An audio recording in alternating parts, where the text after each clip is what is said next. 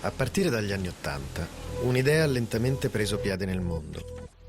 Che la globalizzazione neoliberista, con i suoi meccanismi autoregolatori, avrebbe finalmente reso obsolete le vecchie istituzioni, come gli stati e gli eserciti, inaugurando un'era di relativa pace e prosperità. L'11 settembre e la crisi economica hanno reso evidente che quell'idea era per lo più un mito. Ma i segnali erano presenti da tempo. Da sempre i mercati si basano sull'aiuto statale e militare. Il passaggio dell'America da semplice repubblica a superpotenza economica in seguito alla Seconda Guerra Mondiale fu infatti segnato dalla creazione di una rete globale di basi militari senza precedenti nella storia. Stando al Base Structure Report del Pentagono, oggi queste ammontano a 716 in 38 paesi ed ospitano più di 250.000 soldati. A questo si aggiunge una presenza militare in 110 paesi del mondo. A un anno dalla sua elezione, Barack Obama ha approvato il primo budget militare del nuovo governo, pari a 680 miliardi di dollari, 30 miliardi in più rispetto all'ultimo budget dell'amministrazione Bush, e poco meno dei 787 miliardi di dollari stanziati dalla nuova amministrazione per arginare la crisi economica. Perché in tempi di crisi il budget militare continua a crescere? C'è un legame tra crisi ed espansione militare?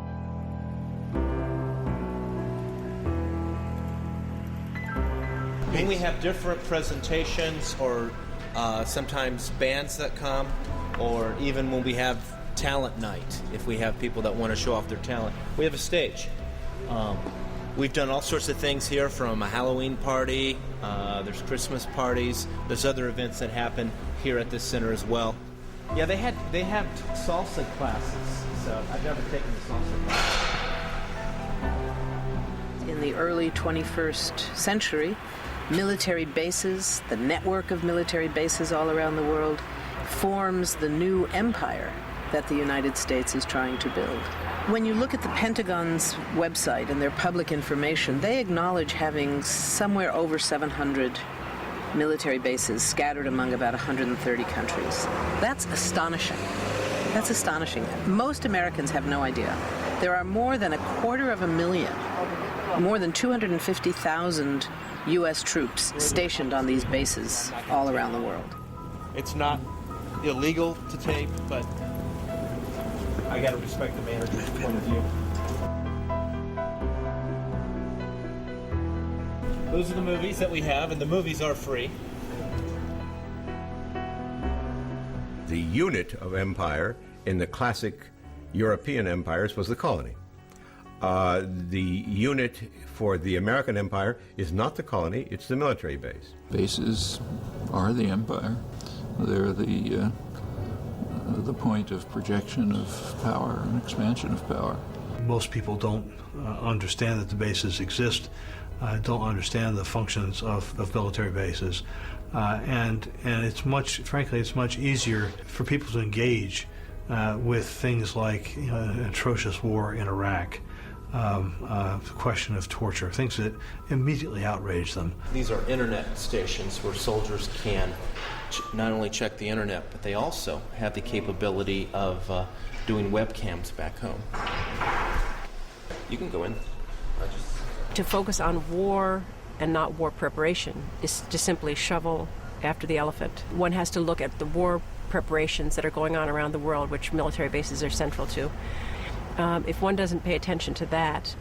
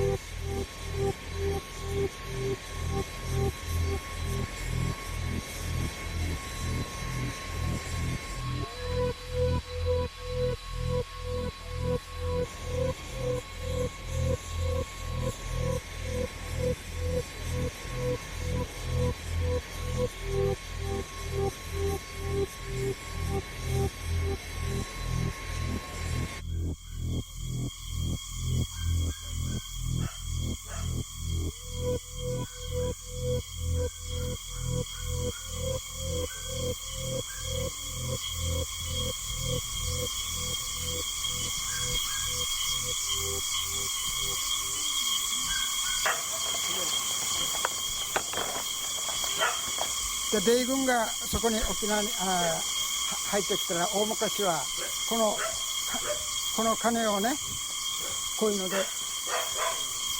どんどん叩いて追っ払ったと。そしたらヤンキーってみんな追っ払う。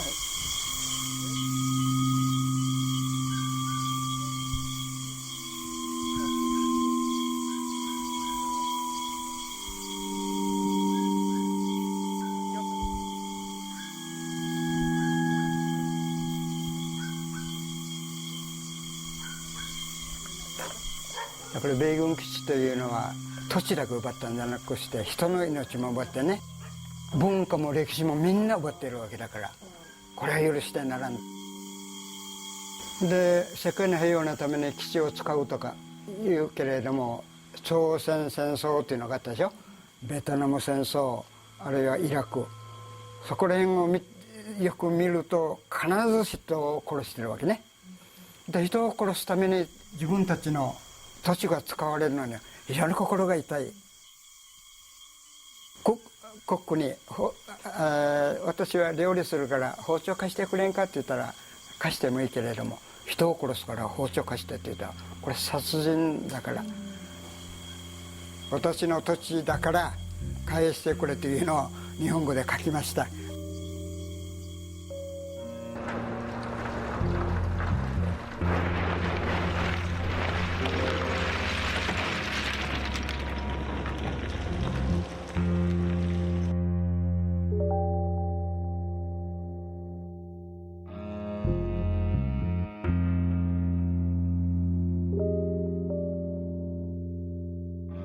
La Seconda Guerra Mondiale segnò la nascita dell'impero di basi americane all'estero. Per la Germania, l'Italia e il Giappone, la sconfitta comportò una presenza americana permanente che continua fino ai giorni nostri. Questo è più evidente che mai ad Okinawa, una piccola isola a sud del Giappone, che dopo la guerra è rimasta sotto amministrazione americana fino al 1972, anno in cui è tornata al Giappone. In quegli anni gli Stati Uniti hanno edificato sull'isola decine di basi militari. Insieme alla Corea del Sud e per via della sua prossimità alla Cina e a Taiwan, Okinawa è ancora oggi la principale roccaforte militare americana in Estremo Oriente, con 38 basi militari, che ospitano una forza di 35.000 soldati.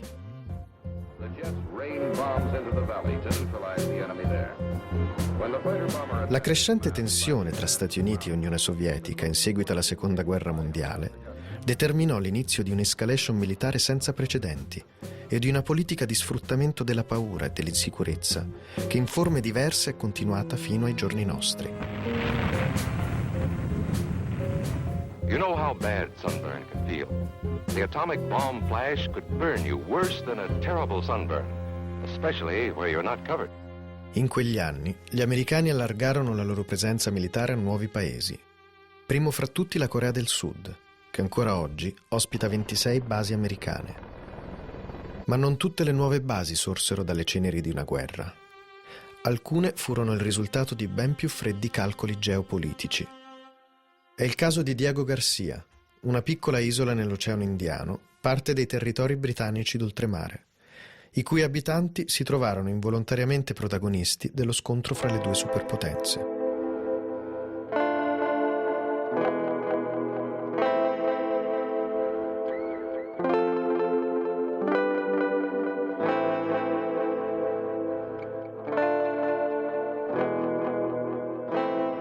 Nobody seems to know that Diego Garcia used to have a very considerable population that was all entirely bundled up and shipped out in order to, as the U.S. Navy put it, sanitize the place. The U.S. wanted a base in the Indian Ocean at all cost because of the Cold War. Diego Garcia has a most wonderful, lagoon that would really be the ideal place for a base.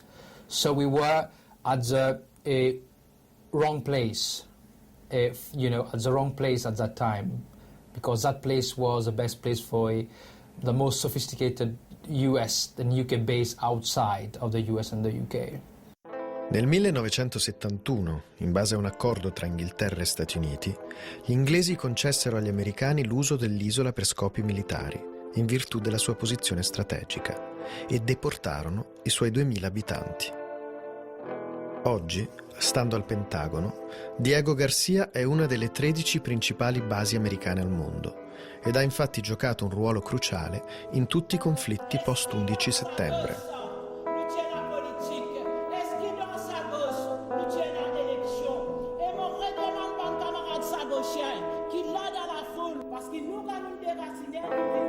Gli esuli di Diego Garcia vivono oggi sparsi tra le Mauritius e l'Inghilterra, dove da anni portano avanti una battaglia legale per fare ritorno sull'isola.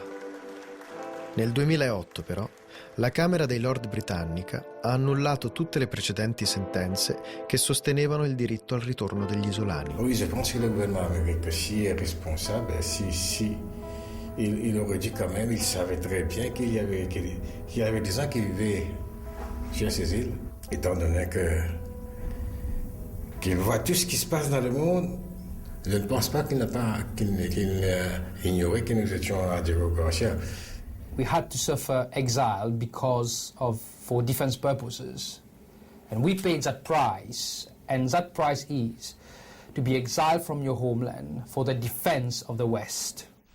To a substantial degree, in one form or another, socialism has spread the shadow of human regimentation over most of the nations of the earth. And the shadow is encroaching upon our own liberty.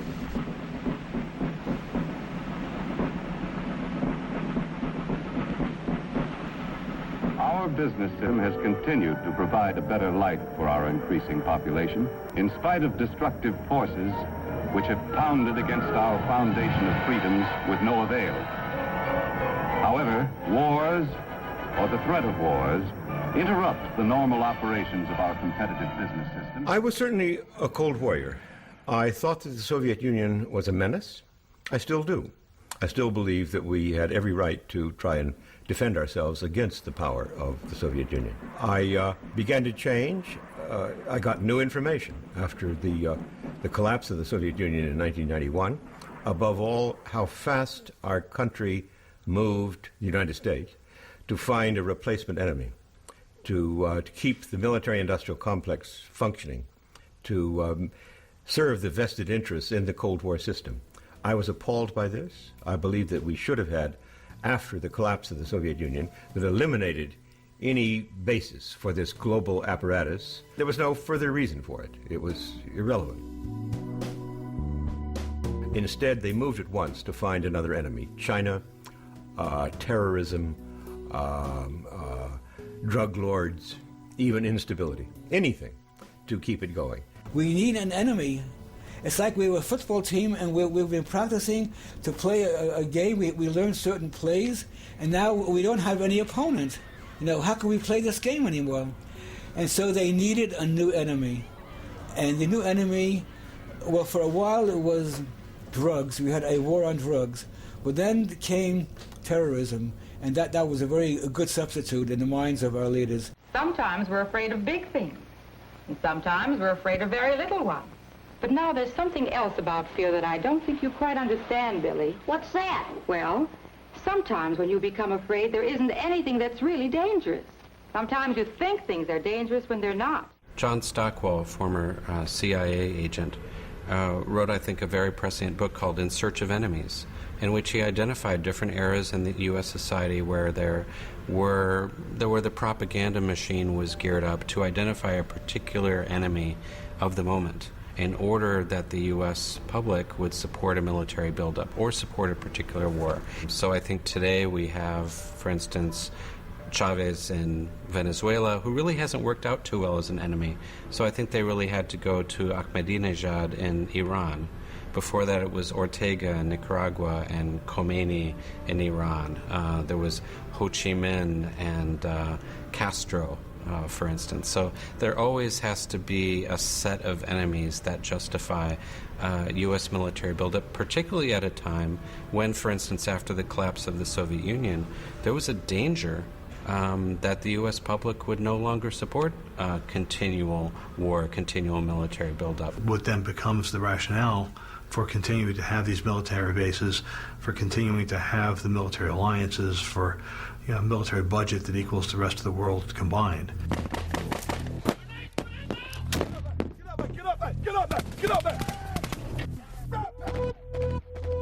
What a worldwide network of bases means that you have at your fingertips, if you are the Emperor of the West, the means of perpetual war.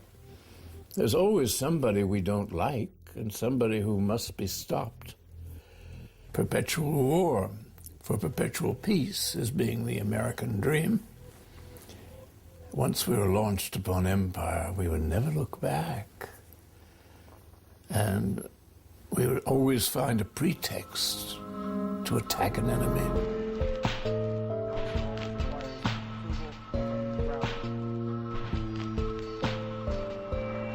Targeting is an intricate process. Many things are considered. We have advanced weapon systems with precision munitions, and we take care in matching the appropriate ordnance to produce the desired effect on a target. Il nuovo ordine mondiale nacque in Medio Oriente nel 1991. Dopo la prima guerra del Golfo, gli Stati Uniti riproposero la stessa strategia di espansione militare già adoperata dopo la Seconda Guerra Mondiale e durante la Guerra Fredda, instaurando una presenza militare permanente nella regione. Le reali conseguenze di questa politica si sarebbero fatte sentire solo 10 anni più tardi. Nel 2001, Osama Bin Laden citò la presenza militare americana nella sua madrepatria, l'Arabia Saudita, come una delle ragioni del suo odio per gli Stati Uniti. Ironicamente, però, gli attacchi dell'11 settembre e la risposta militare americana hanno creato le condizioni per la nascita di nuove basi militari in Iraq e in Asia centrale, in particolare in Afghanistan. Il Base Structure Report del Pentagono, però, non tiene conto delle basi militari presenti nelle zone di guerra o di quelle considerate di natura politicamente sensibile, come quelle presenti in Israele. Il numero reale delle basi statunitensi all'estero, dunque, è considerevolmente superiore alle 716 ufficialmente riconosciute dal governo americano.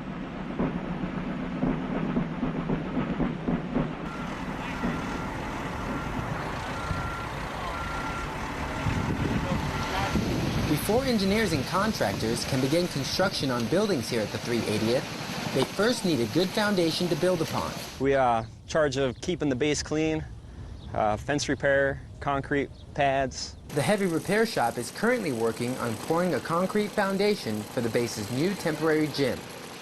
This job requires the whole unit to come together to get the job done.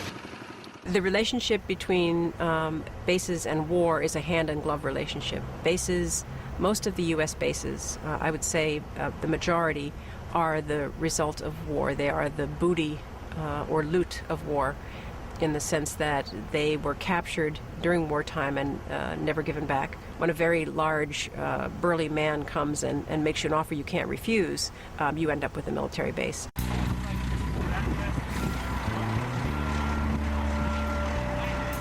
One of the main reasons the U.S. intervenes in various parts of the world is to add bases. Now, for example, following the U.S. bombing of Iraq in 1991, the United States wound up with military bases in Saudi Arabia, Kuwait, Bahrain, Qatar, Oman, and the United Arab Emirates. Following its bombing of Yugoslavia in 1999, the U.S. wound up with military bases in Kosovo, Albania, Bulgaria, Macedonia, Hungary, Bosnia, and Croatia.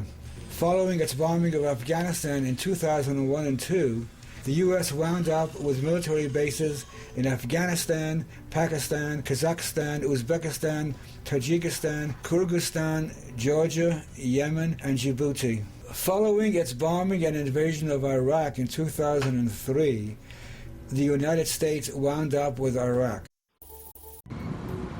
Staying behind, I believe, is actually is the ultimate purpose of many of these wars. We used to think of military bases being built in order to wage the wars, and I think increasingly we see the wars themselves as convenient opportunities to station the bases. and to have a more permanent presence in countries such as Iraq, such as Afghanistan, such as Kosovo.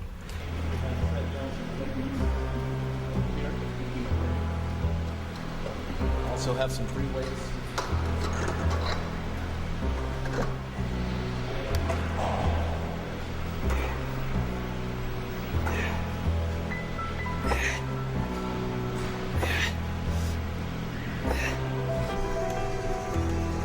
What we have in here is video games.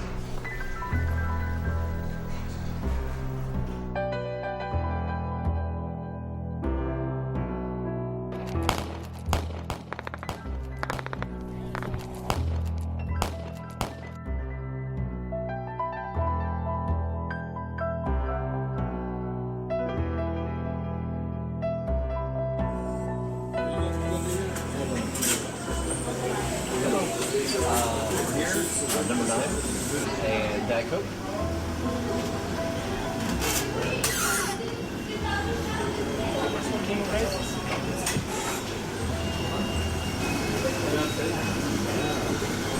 Specialist Macintosh. I'm with 2-135 Task Force Bayonet, 1st Platoon. We run patrols daily, just keeping a safe and secure environment. I wanted to be in the Army for quite a long time.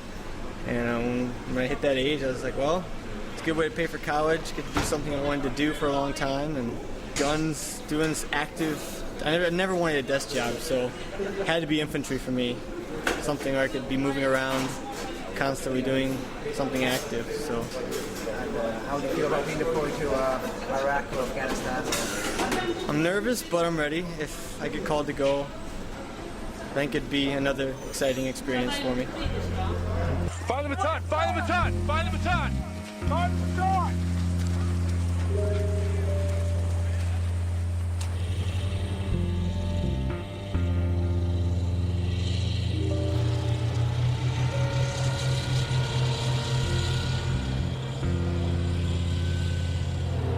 Well, the U.S.-Japan Security Alliance is the cornerstone of America's defense posture in the Asia-Pacific.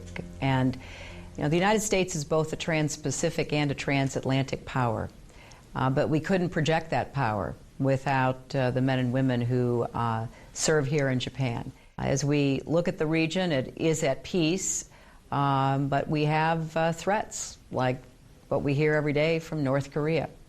And the security mission is essential to continuing to undergird America's leadership and being prepared for the kind of challenges we face, but also to seize the opportunities for a better future.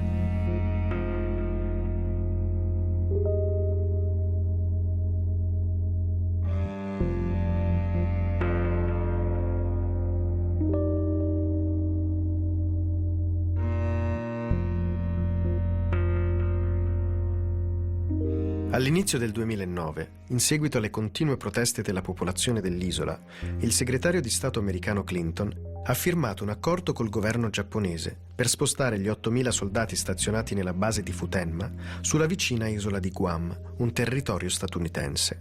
Il piano, però, è condizionato alla costruzione di un altro aeroporto militare sulla costa orientale di Okinawa, nella baia di Enoko, che si andrebbe ad aggiungere all'ampliamento già previsto del poligono di addestramento di Takae, più a nord. In poche parole, gli americani si impegnano a restituire un'area alla popolazione locale, ma solo a patto di averne altre 2 in cambio.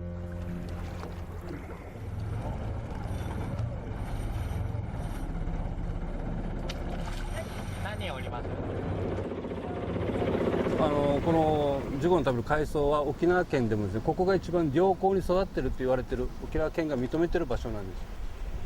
サンゴ礁が発達して天然の防波堤の役割を果たしている。海岸線が守られているということと、それと同時にこのジュゴの食べる海藻がここに繁茂するのは穏やかな内海があるからなんです。という米軍の海兵隊の基地です。で彼らはなぜここに来るかというと、ここがアメリカ本国で海兵隊を没収するパンフレットに使われているわけです。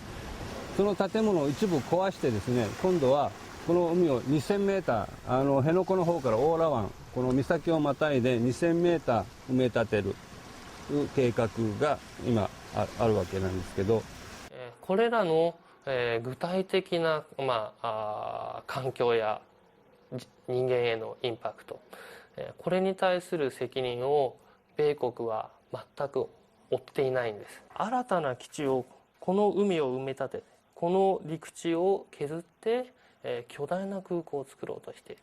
これは世界的に見ても貴重な生物が生息している場所ですが、それを破壊する影響というのは、この沖縄島のジュゴンというのは東アジアに唯一ある個体群です。孤立した個体群でわずか50頭以下しか今では生きていないと言われています。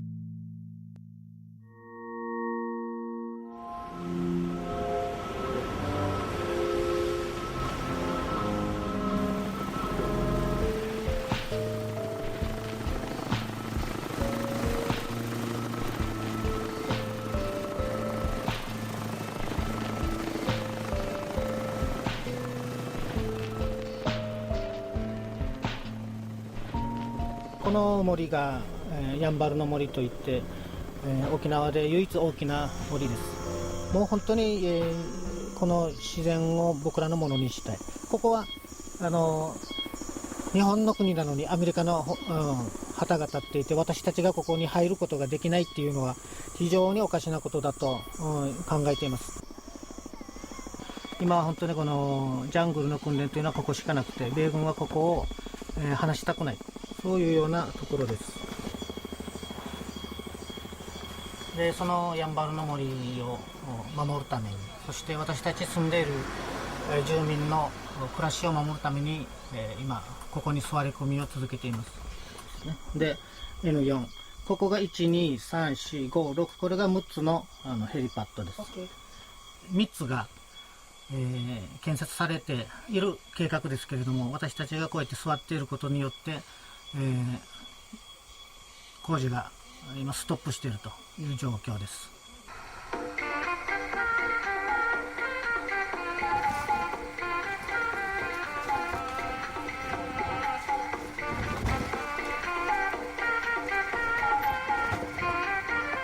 キャンプ宿泊の中で1年間朝から11時ぐらいまで、5時ぐらいから11時ぐらいまでですね、ノーニューベースという看板を持ってずっとやってたことがあったんですけども、その時にやっぱりね、いろいろ話しかけてきた彼らから、その朝の弁当のそのハンバーグとか、だからその別に彼ら自身も若い子なんでね、そのイラク行ってイラク人をこう殺すことを目的としているようには思えなかったんですけども、こういうやっぱり人殺し、人を殺す訓練をこのままにしてはいけないと、そのことを何とか妨げる行動をすればここに4つは作られないと、もう年ですから、だからこれずっと座り込んでるということです。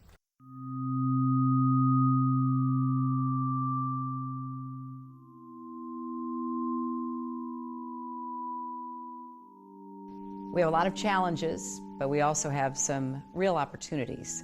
And it's up to each of us to determine the role that we will play on behalf of our country and our leadership.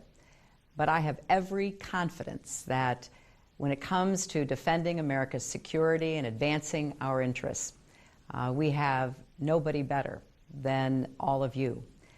So thank you, and thanks to your families. Thanks for the service and the sacrifice. And thanks for making a difference every day. Many of us fuss over how we look. Some don't worry at all, and they're free to do that too.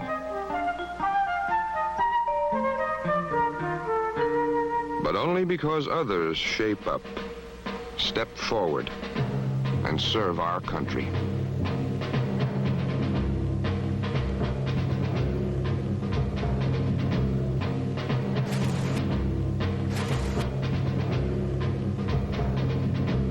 By militarism, we do not mean national defense or the obligation of citizenship for able-bodied people to defend the country in times of national emergency. We mean a way of life, a way of making a living, an ideological position, Originally, our conception of American military was like the early Roman legions of the Republic. They were raised for an emergency. Farmers left their fields, went to war, and were instantaneously demobilized. They were not long service forces of any sort. As the Roman Republic slowly, inadvertently, thoughtlessly acquired themselves an empire, they began to realize they needed standing armies. Something like that happened in America after World War II, as we began to build an arms industry and an apparatus to support a huge standing army that subtly altered the political structure of the United States. The authors of the U.S. Constitution made a strong point that the military had to be under the control of civilian leadership, that they always would present a threat to democracy because they are not a democratic institution, they're an authoritarian institution themselves. And so in general, when military institutions become more powerful, their hierarchical values, their authoritarian values come to dominate. And the claims of national security come to be seen as trumping the claims of democratic decision-making. This takes us back to probably the most famous warning in the history of the United States, George Washington's farewell address that used to be read at each opening session of Congress, and that is that the great enemy of republicanism, of Republican liberty, is standing armies. Standing armies destroy federalism. They bring power to Washington, D.C. They require more wealth in order to maintain these armies. These are long service armies, 20 years or so. They have to be taken care of when they become redundant. Things of this sort. It alters the power picture radically, and that's, of course, what ultimately brought down the Roman Republic. Attention all bases, attention all bases. This is Iron Hand. This is a SAC alert.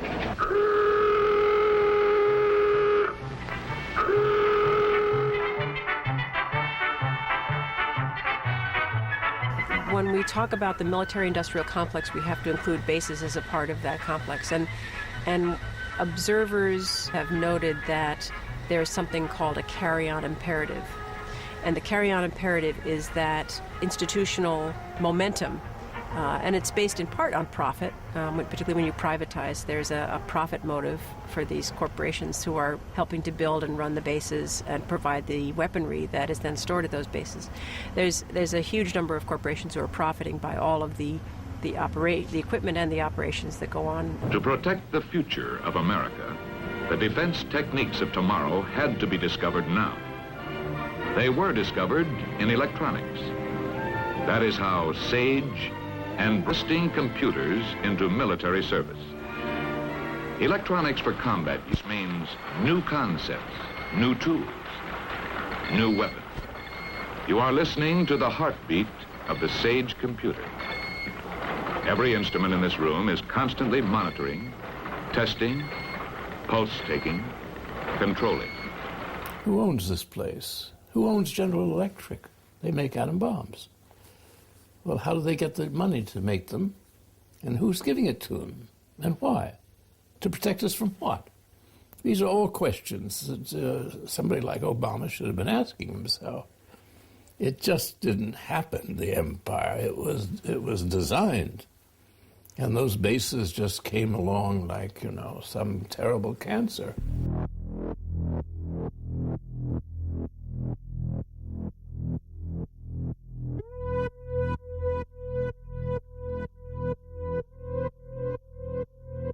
When you see how much money's at stake in the operations that go on every day, it's phenomenal. The number of flights that take off from Kadena Air Force Base every single day. Just that one base in that one country on one day will have involved thousands of gallons of jet fuel, repair and maintenance and parts for those aircraft. The rationale for these bases is that they're continually practicing and training and using the equipment and running the personnel through their paces and feeding them and so on. And that is an incredibly expensive operation. This is what President Eisenhower was warning against in his farewell address in 1961 when he invented the phrase military-industrial complex, meaning hidden power, power that was not really under the supervision of Congress, and that was often out of control, represented private interests rather than the national interest. I'm sorry to say that we in America did not pay attention to the warning he gave to us, and today it's close to out of control. Sono tante le aziende del settore della difesa che traggono profitto da questo sistema. Una di queste è la KBR, legata all'ex vicepresidente americano Dick Cheney, che nel 1999, in seguito al conflitto nell'ex Jugoslavia, ottenne un appalto multimiliardario per la costruzione di Camp Bondsteel, in Kosovo, una delle più grandi basi americane al mondo. One of the questions I get asked a lot is about Camp Bondsteel size, and the general mentioned that.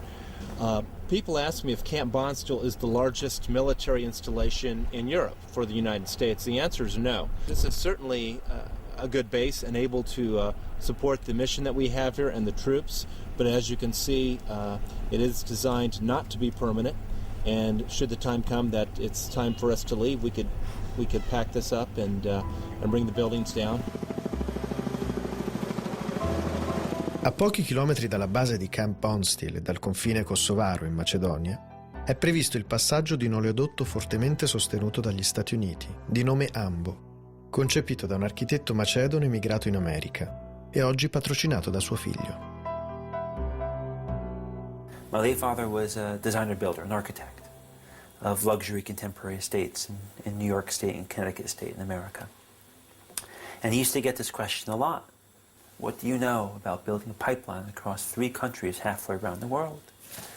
And his answer was, look at the complexity of the houses I have designed and built, and then ask yourself, what is so difficult about digging a hole in the ground and putting a piece of pipe in it? And the answer, of course, is it's not difficult. What's hard about it is the politics.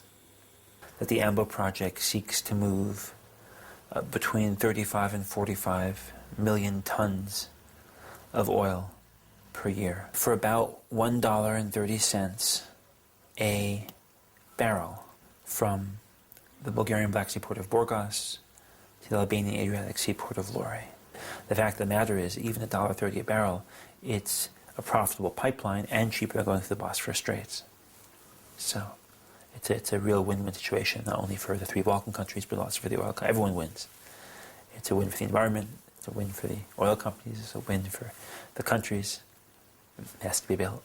I want to very sharply and critically condemn anybody who suggests that Dick Cheney and Camp Bondsteel in Kosovo and anything has anything to do with this project is so independent of all this stuff, it's not even funny. And having been involved in the project from the beginning, I can tell you it's absolutely laughable, the assertions they make that Camp Bondsteel exists to secure the route of the oil pipeline project, or Dick Cheney had anything to do with it whatsoever. So let me be categorical in my denial about this, and I should know, because I've been there since the beginning.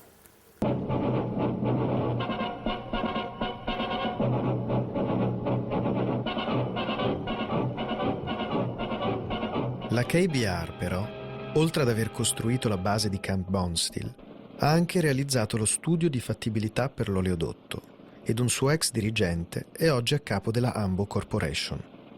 Sono semplici coincidenze o siamo di fronte ad un nuovo intreccio tra mondo degli affari e apparato militare?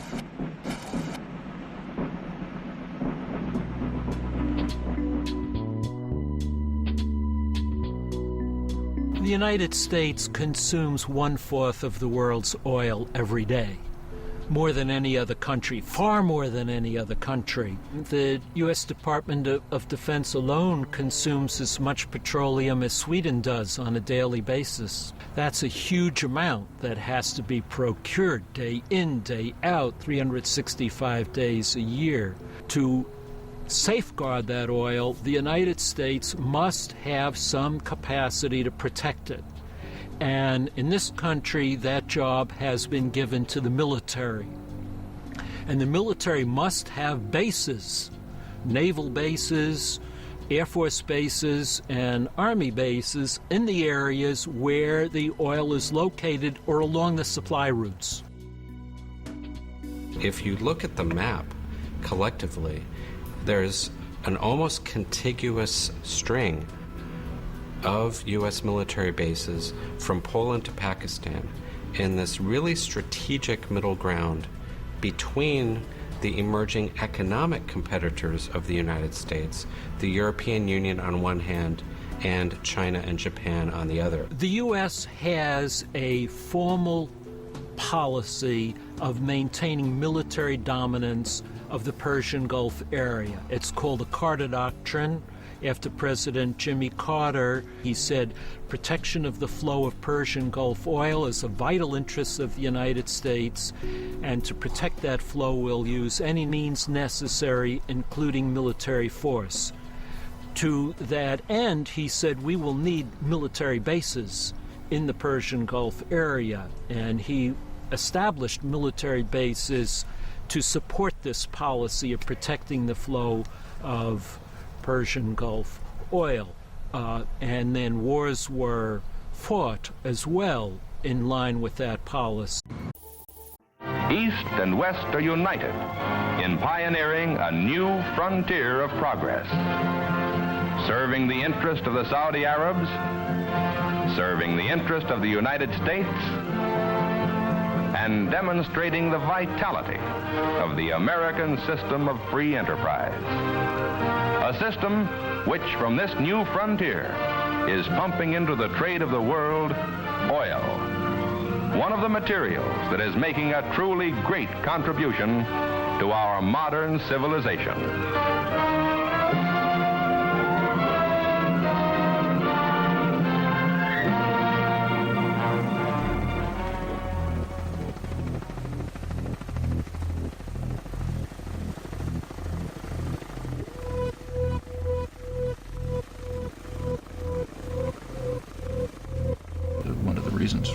The reason, in fact, primary one for the invasion of Iraq is to ensure U.S.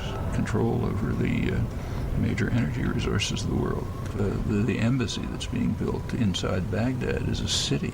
It's like no other embassy in history or in the world. They're not building the embassy and the city in Iraq and the huge bases around with an intention to leave. They're building them with an intention to maintain control. We're not in the process of building bases in the Middle East. There will be an American base at Camp Victory. Right now it occupies the whole area of the old Baghdad International Airport. There will remain something there, but in the Middle East we are not going to develop strategic cooperation. Remember, a base is strategic cooperation. The model in the Middle East is you got bad guys. So with bad guys you don't sit there. You may bomb those countries, but you don't base there. The base I was located on was at Forward Operating Base Warrior in Kirkuk, Iraq, and while I was there, they had a brand new gymnasium built. They were in the process of starting a new dining facility. We had, Burger King, Pizza Hut, we had our own coffee shop. It really became a joke there was no qualms. People knew that, if you're continuing to put this much money into things and you've got contractors who've been here for, 3 years, 4 years, they just follow the military around wherever they go, these aren't things that I can see the U.S. government just, up and leaving and abandoning. That's a lot of money that they put into some of these forward operating bases in Iraq. Dal 2003 ad oggi, gli Stati Uniti hanno costruito decine di basi militari in Iraq. Nel 2008 il governo americano e quello iracheno hanno siglato un accordo secondo cui tutte le truppe straniere dovranno lasciare il paese entro la fine del 2011. L'accordo stabilisce che gli Stati Uniti non cercheranno di ottenere basi permanenti o una presenza militare permanente in Iraq. L'attuale ministro della difesa americano, Robert Gates, ha però sostenuto che anche dopo il 2011 potrebbe rimanere nel paese una forza residua di varie migliaia di truppe americane. Questo alimenta i timori di chi pensa che l'Iraq possa essere usato come trampolino di lancio per future guerre nella regione. Spesso, infatti, basi nate per rispondere a un problema contingente sono poi finite col diventare permanenti. La stessa base di Diego Garcia, nata per rispondere alla minaccia sovietica, è tuttora operativa ed ha infatti giocato un ruolo cruciale nella stessa guerra in Iraq. 3 famiglie, me, Mede e Francesca. 1 bedroom. Très malheureuse. Oh, okay.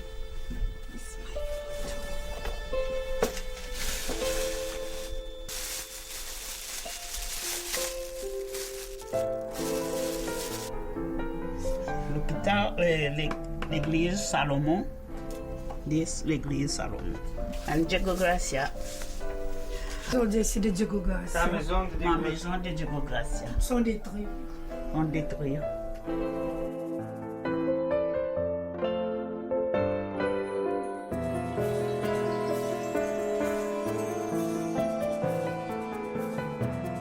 Our children are asking, where were you born, Mom? What is your name? What was the country? What were you doing on this island? And when they think about strangers staying on these islands, and it's not them, it's not for them anymore.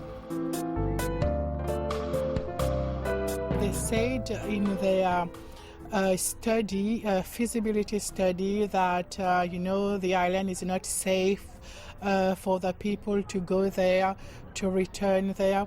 But the thing is, Americans are living there and they have developed the island.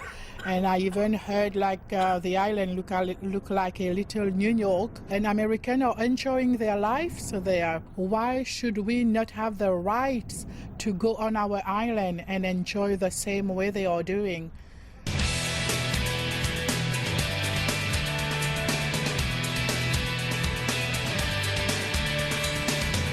Known by many as the Navy's best-kept secret because of its remote location, Diego Garcia is actually home to about 3,000 residents at any given time. There's also a unique assortment of quality-of-life opportunities to take advantage of on Diego Garcia. The island's athletic center is open round the clock with a wide range of workout equipment and a full-size gymnasium. Be sure to spend as much time as possible researching this informative website to help you prepare for what will certainly be a memorable assignment abroad.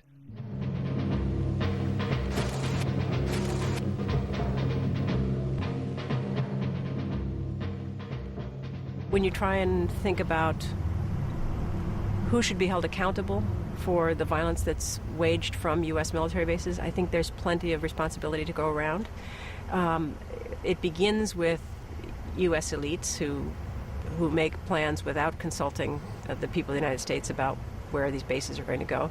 And the elites of the countries in which those bases are located who make the decision to comply with the U.S. requests for basing without consulting with their people. And in fact, there have been many critiques of the ways in which decisions are made between lower-level functionaries, and in other words, that agreements are made that bypass the formal political structures of a country. By hosting U.S. bases, countries lose their sovereignty in a number of ways. For example, questions of crime. In Korea, a U.S. tank ran over 2 schoolgirls who were on the way to a birthday party, right? These soldiers who were in the tank or their officers, no one was held accountable. You can do a very interesting kind of study in terms of the thickness of the SOFA, the Status of Forces Agreement. This is what's negotiated between the United States and so-called host nations. And it determines what kind of access the United States will have, what kind of political powers, what happens when U.S. soldiers commit crimes in these countries. And what you find is that the countries that have less power or leverage in relationship to the United States have much thinner SOFAs. In these countries, you'll find that when U.S. soldiers commit crimes, they're not held accountable. They're not tried under the law of the host nation. They're not put into prisons in the host nation. Often they're just brought out of the country back into the United States or deployed to a war zone because, as they say, boys will be boys, and these guys have been trained to be more aggressive, and so they were aggressive. Let's go, Doggy Strike!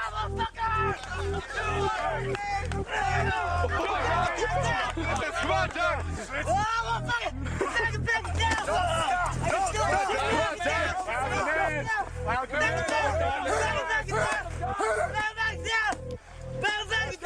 you're pumped, man. You're like shot up with steroids, you know? I mean, you're working out every day, man. You got guns, you got stuff, man.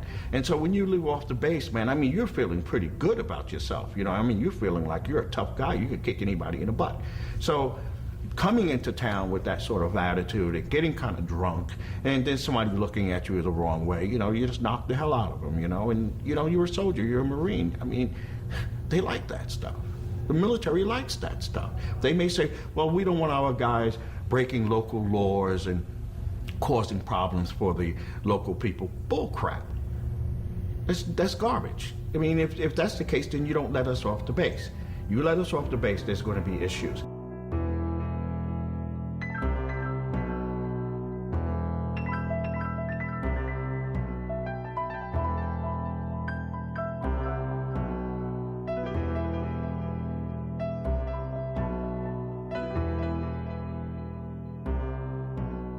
I heard on the news one day about a Okinawan girl had been raped by United States military men. And I was very upset over this because I remember how we sort of treated the Okinawan people when I was here as an 18-year-old. And eventually some peace activists got in touch with me, and they had a contact here in Okinawa. And when they found out that I had been stationed here, they let the anti-base people here know that there's an ex-Marine who was stationed here who's doing peace work now in America. And so they invited me to come back to do a week of lectures. So that was 1996, and that's when I came back. And as we moved around the island and I saw the bases were still here, I just couldn't believe it.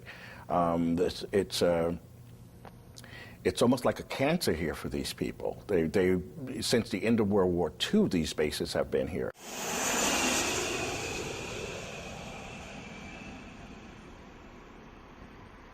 When I came here in 1966 to go to Vietnam, I don't even remember Okinawan people.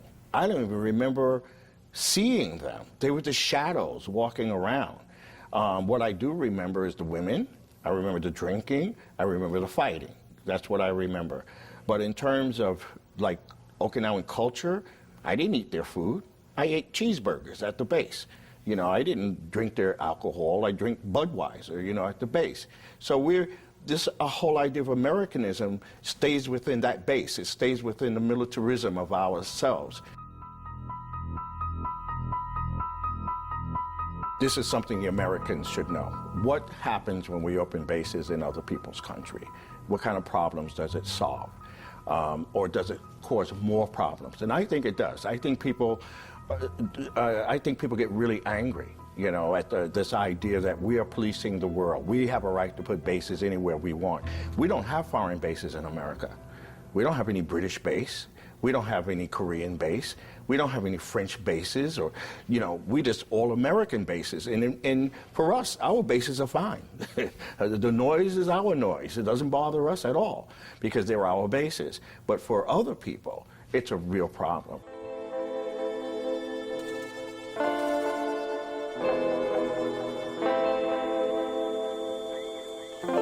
これが今までのね、米軍の沖縄における事件事故のことですね。一番もうどれでも大変なことでしたけれども、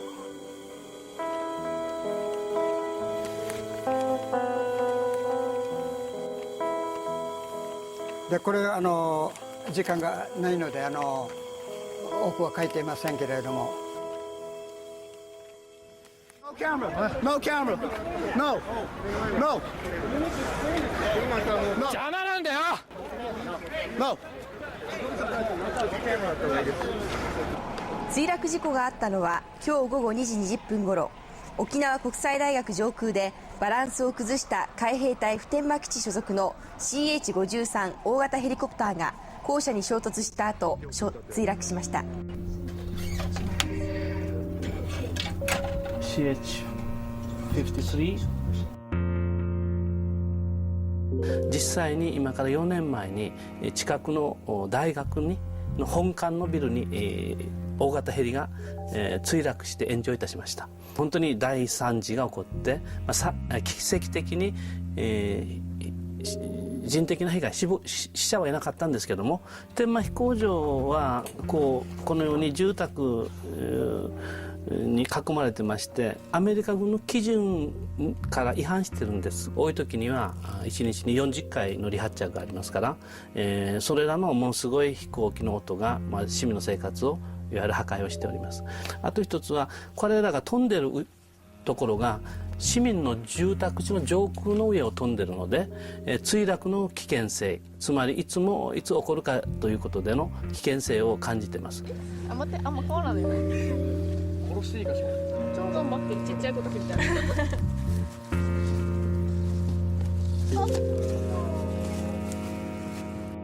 この普天間の基地の大きさとかも実際の大きさではないけどさ、大体こっちにメートル書いたりとかして、このやっぱりね、周りのところが周りにはたくさんあって。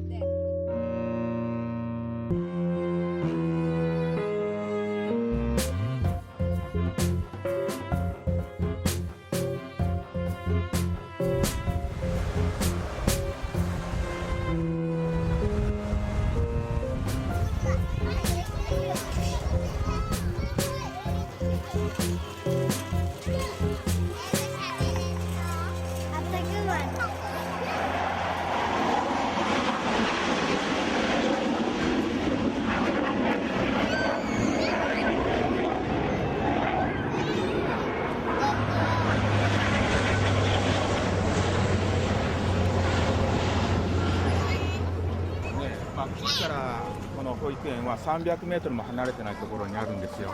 でここはって言って飛行機が離着陸するところなんですよね。ですから特に低空飛行で飛行機が飛んでくるんですよ。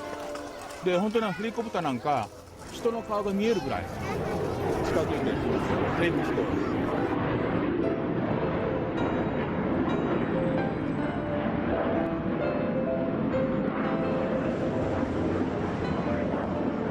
うるさい時は飛ぶ時は本当に朝からずっと夕方まで飛んでますよ。最初の頃は夜泣きがあったりで、園に来るのを怖い、嫌っていう子もいたり、沖縄国際大学に飛行機が落ちて、怖いなと思ったんですけれども、あれは大きい人たちが動くからまず自分で避難ができるということ。でもこの子たちは小さいから私たちが守らないといけない。どうやって守ろうかっていう怖さがあります。これ何かな？ボンボンだね。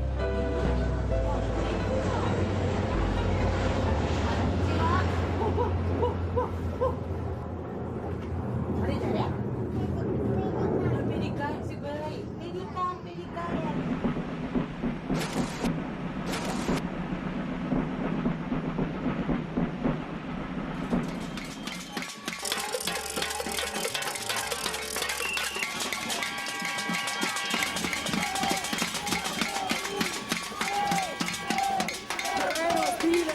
Perché sappiano che Vicenza non accetterà altre basi militari, ma non accetta neanche di vedere meccanismi di morte sui propri territori.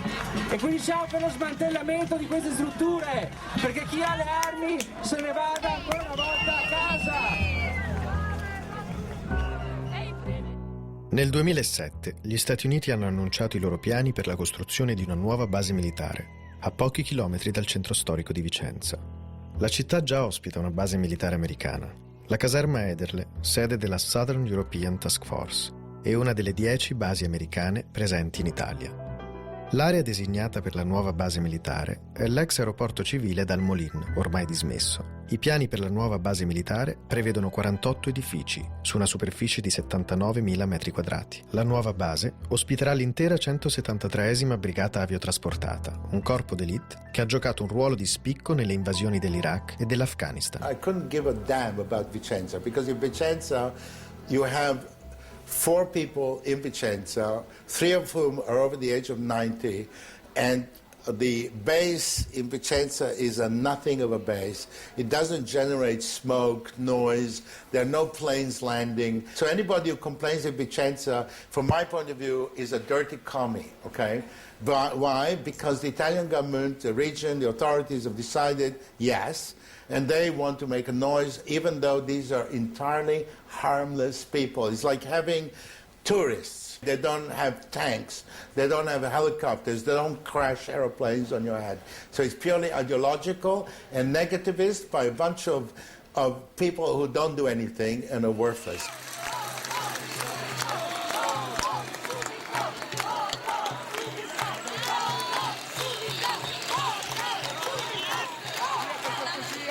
Nell'aprile del 2008 viene eletto sindaco di Vicenza Achille Variati, con la promessa di indire un referendum sulla costruzione della nuova base. Questo viene fissato per il 5 ottobre, ma pochi giorni prima il Consiglio di Stato boccia il referendum. Una consultazione è l'occasione per cui ciascuno di noi, ciascun cittadino, possa esprimersi, dicendo sì, dicendo no. Tutti, un diritto dato a tutti. Cosa c'è stasera che non va? È che a Roma qualcuno ha tolto a tutti il diritto di parlare.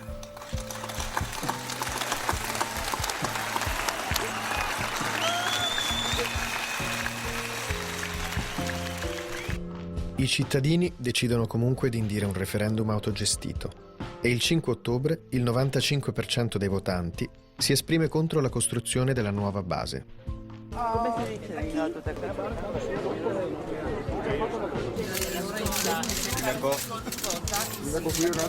A me gli americani non stanno bene e lo vengo a esprimere qua, perché è quasi 70 anni che è finito la guerra, abbiamo ancora qui le truppe di occupazione. Ma nonostante la netta opposizione dei cittadini, il governo italiano decide comunque di permettere agli americani di andare avanti col progetto. Il motivo per cui il normale iter democratico viene spesso sovvertito quando si parla di basi è che molte di queste esistono in virtù di trattati segreti tra gli Stati Uniti e i paesi ospitanti. Nel caso dell'Italia si tratta del trattato bilaterale Italia-USA del 20 ottobre 1954, mai reso pubblico né ratificato dal Parlamento.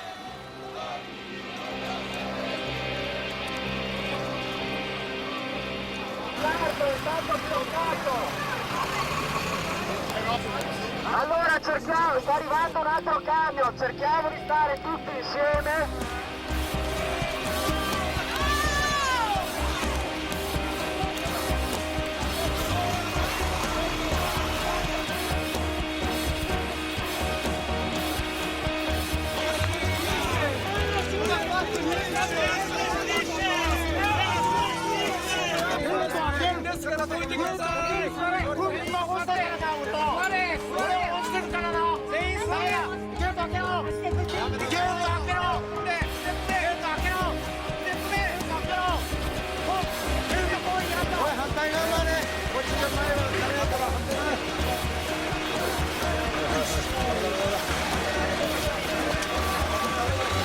俺たちが体止める理由分かる？こんな気持ちあなたに分かる？しかしな、僕らこんなにな、日本政府やアメリカ政府にいじめられてきてもな、俺たち沖縄の人がな、アメリカ人をこの歴史の中で殺したことがあるか、殺めたことがあるか、駆除暴行されな、ジェット機は落とされな、ヘリコプターは落とされな、この基地はそういう基地でしょう。この60年の苦しみをな、それに耐えてきているんだよ、僕らは。あなたは任務かもしれないな、我々はここでの歴史的な任務だよ。次の世代にこのような歴史を与えない。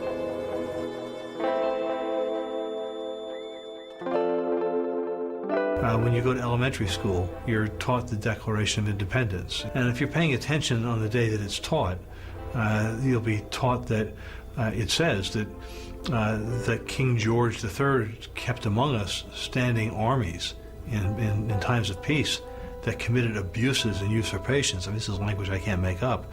That this was a reason to declare independence from Britain and even to go to war.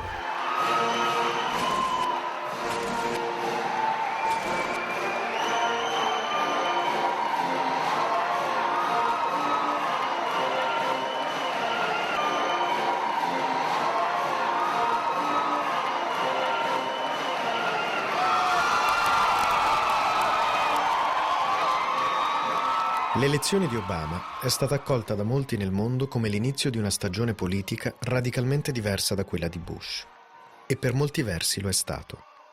Ma il continuo aumento del budget militare, l'intensificarsi della guerra in Afghanistan, l'incertezza sul destino delle basi militari in Iraq e i piani per la costruzione di ulteriori basi militari all'estero mostrano quanto sia difficile per qualunque presidente scardinare le politiche che favoriscono l'enorme complesso militare-industriale e perpetuano l'egemonia degli Stati Uniti sul resto del mondo.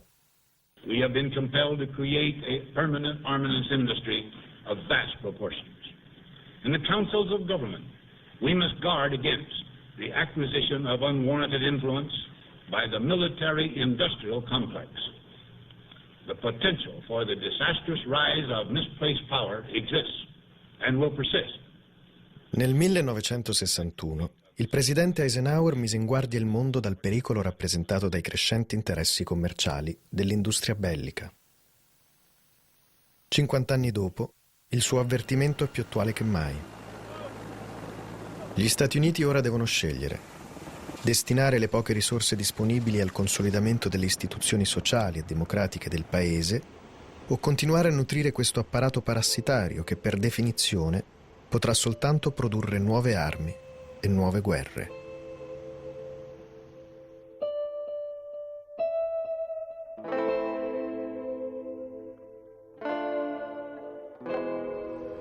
ちょうどあっちが私の土地ですけれども、できたらその土地を早めに取り返して、そこを私はみんなにお願いして、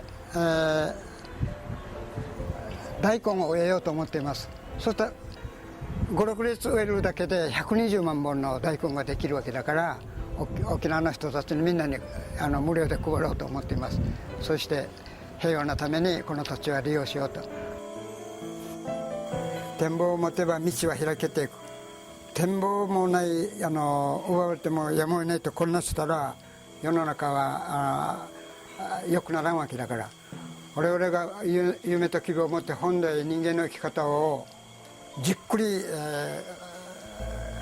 あらゆるところで訴えれば必ずこう道は開けると私は思っている。だから別に何ら気張るというか大きな声を出していいんじゃなくて、ここできっちり一つでもそういうのに抵抗していくと。だからあくまでレジスタンスですね。あれじゃなくてテロじゃなくてレジスタンスで考えてます。Si nous étions des terroristes, nous serions essayés d'attaquer. Nous ne sommes pas des terroristes.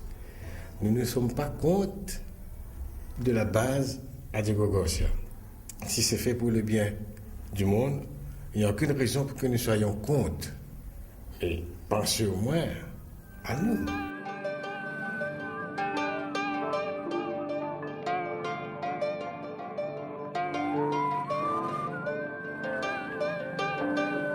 We're here to provide a safe and secure environment for everybody, regardless of what ethnic group they are, and to make sure that people have the freedom of movement, that kids can go to school, that people can go to work, and people can sleep safely. And we would like to see Kosovo develop and continue to grow. And there will be a point where K4 is no longer needed, and we look forward to that day. Okay. Any questions? Anything else? Did you get everything you needed?